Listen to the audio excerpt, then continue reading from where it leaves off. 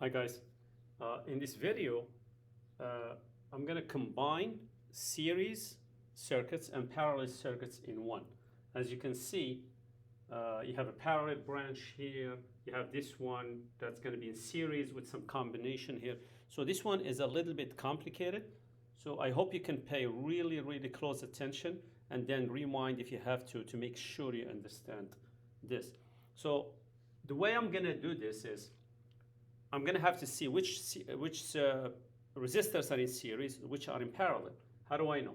Well, if the resistors share the same voltage, then they are in parallel. If they have the same current going through them, then they are in series. That's it. So this looks very complicated. So what I'm going to try to do here, I'm going to try to help you simplify it first. So we're going to try to simplify that as much as we can. So what I'm going to do is that I'm going to draw a bunch of circuits until I get to a simple circuit, or maybe like at least a series circuit, then work backwards. And I'm going to demonstrate that by actually doing the problem. So I'm going to take this problem and I'm going to rewrite it. So I still have my 12-volt battery here. Now I see that these two guys here are in, let me do it on this side actually. Okay. Yeah. Okay, that's better. Okay, so I'm going to do it on this side. So I'm going to say this is the 12-volt battery here, create some space. So I'm going to break it down. So these two here, they look like they are in parallel to me. So I'm going to do that. The reciprocal of the resistors, if I add them, and that's going to give me the reciprocal of the equivalent. A quick shortcut for this, if you have two, only. If you have three, there is a shortcut, but it's too complicated. It's no longer a shortcut. You can multiply these two and divide by the sum of those two.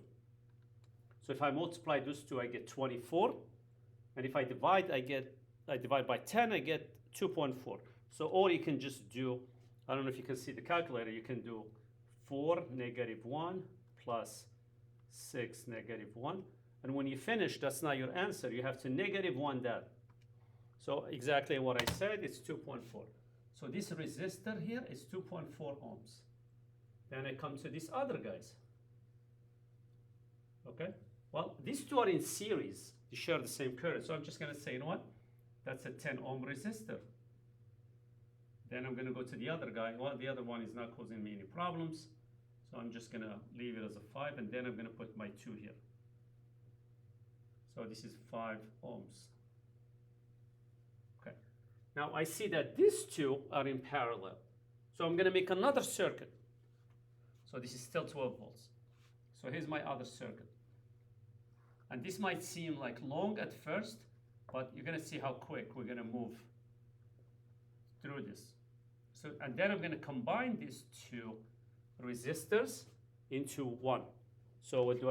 I do 10 negative 1, or you can do that trick. You multiply them and you divide by the sum of them. So it's going to be 5 negative 1 plus 10 negative 1, and I'm going to negative 1 that. So this 3.33.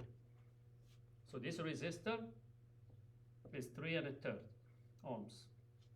This is still 2 ohms. Now I can say that all these guys are in series. Why?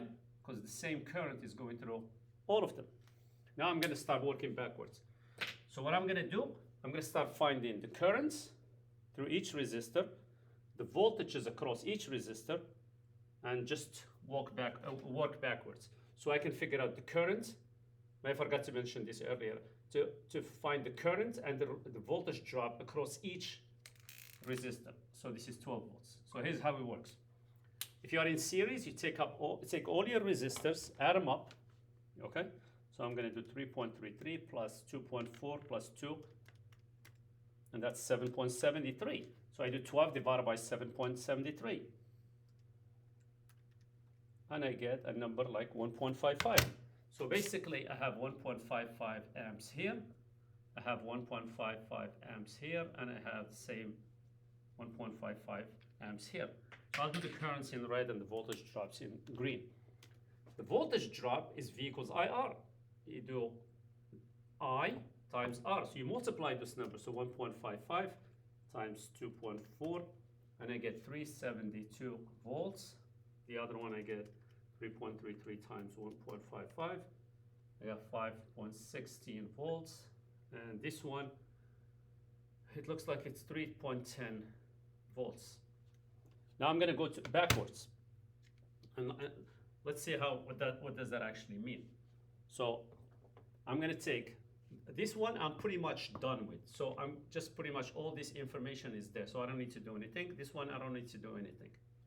But if I look at this here, these two are in parallel. They share the same voltage. Guess what the voltage is? It's 5.16. So the voltage here is 5.16 volts, and it's 5.16 volts here.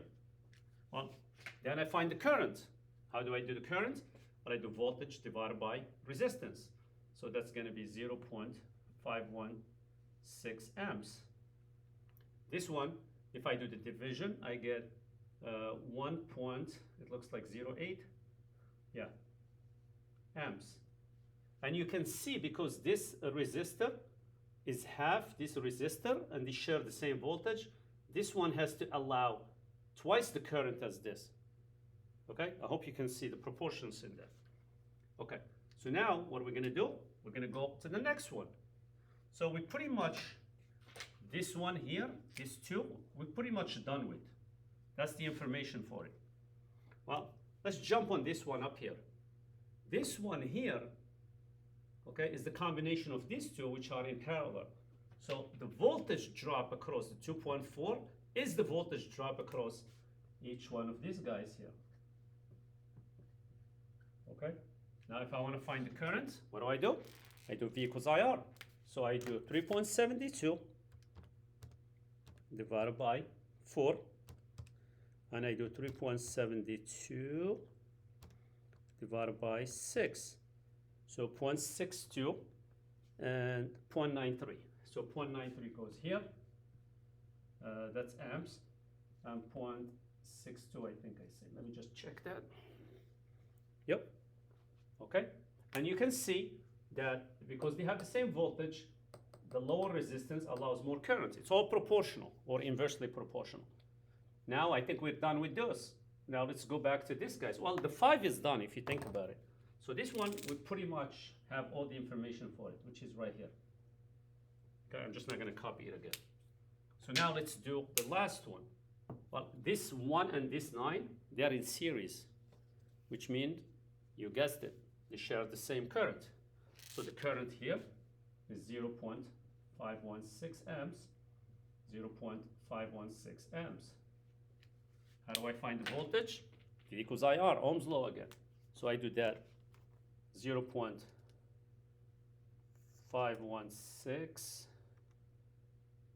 times 9, and I get 4.64. So this is 4.64 volts, and here it's 0.516 volts. And that's pretty much how you do it. Now, if you want to find the power dissipated by each resistor, well, you have all the information. You can do P equals IV, you can do P equals I squared times R, or you can do P equals V squared over R. And that's complex circuits, right? So in class, we're going to do a couple problems like this, and you will get to show me that you know how to do this on the test, okay? All right, bye-bye.